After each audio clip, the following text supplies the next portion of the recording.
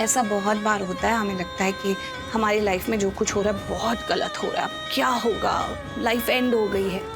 लेकिन कुछ सालों बाद जब हम मुड़ के वो समय देखते हैं ना, उसके बारे में सोचते हैं, तो ऐसा लगता है कि थैंक गॉड हमारे साथ ऐसा हुआ। कहते हैं ना कि मन का हुआ तो अच्छा और मन का ना हुआ तो और भी अच्छा, क्योंकि फिर वो भगवान की मर्जी का होता है। और भगवान इतने बड़े हैं, हमारे लिए कुछ गलत थोड़ी करेंगे। भगवान ने तो हमारी किस्मतें पहले ही लिख दी होती हैं। हमारा कुंडली भाग्य, हमारा कुमकुम भाग्य सब पहले ही लिखा होता है। बस तब भगवान पे भरोसा रखो, सब अच्छा होगा। कैसे भरोसा रखूं? मैं जहाँ खड़ी हूँ चारों तरफ सिर्फ अंधेरा ही अंधेरा दिखाई दे रहा है, कहीं पर भी रोशनी नहीं दिख रही है। मुझे समझ में ही नहीं आ रहा है कहाँ चलूं, कैसे चलूं। तो कहीं मत चलो, यहीं रुक जाओ। जब भगवान चाहेंगे कि तुम यहाँ से किसी तरफ चलो तो वो खुद तुम्हें वो दिशा दिखा देंगे, खुद तुम्हें हाथ पकड़ के रोशनी की तरफ ले जाएंगे। अभी कुछ मत सोचो।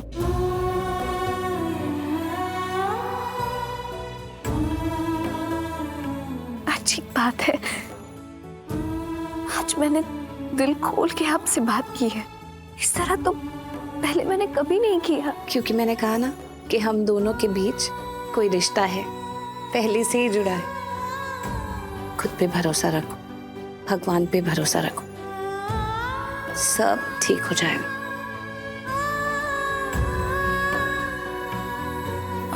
दीप, आपको सब नीचे बुला रहे हैं।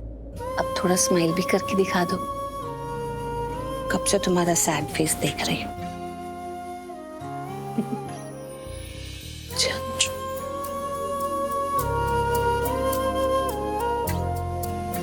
हे माता रानी, इसकी रक्षा करना, इसके साथ जो भी हो बहुत ही अच्छा हो।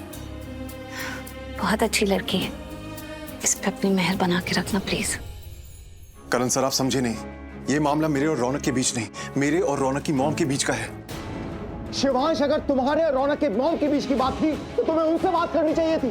प्रार्थना को बीच में क्यों लेकर आए? शिवांश, मैं प्रार्थना से मिल चुका हूँ। बहुत ही नेक, बहुत ही सुलझी हुई, बहुत ही प्यारी बच्ची है वो। अपने दर्द से पहले दूसरों का दर्द समझती है, केयर करती है वो दूसरों की। तुमने कितनी अच्छी लड़की की जिंदगी बर्बाद कर दी।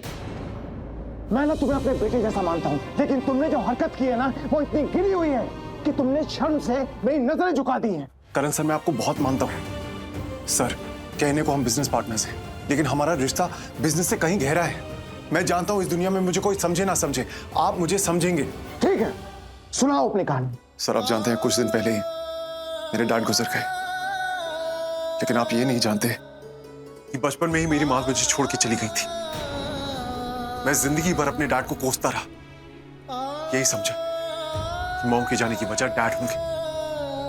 लेकिन उसके बाद मुझे मेरे मॉम के जाने की असली वजह पता चली। इतना कुछ पता चला कि मेरे लिए सांस लेना मुश्किल हो गया। सबके पास माँ होती है, बस मेरे पास ये बचपन से नहीं थी।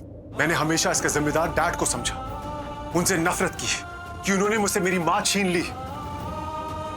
सबने मुझसे यही कहा कि वो बुरे थे, पर डैड ने भी कभी मुझको समझाने की कोशिश नहीं की। लेकिन कुछ दिन पहले जब डैड की मौत हुई, तब मुझे पता चला कि मेरी मौत डैड की वजह से नहीं, एक अमीर आदमी से शादी करने के लिए हमें छोड़ के गई थी।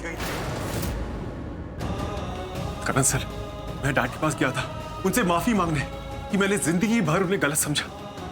तब तक बहुत देर हो चुकी थी, वो जा चुकी थी।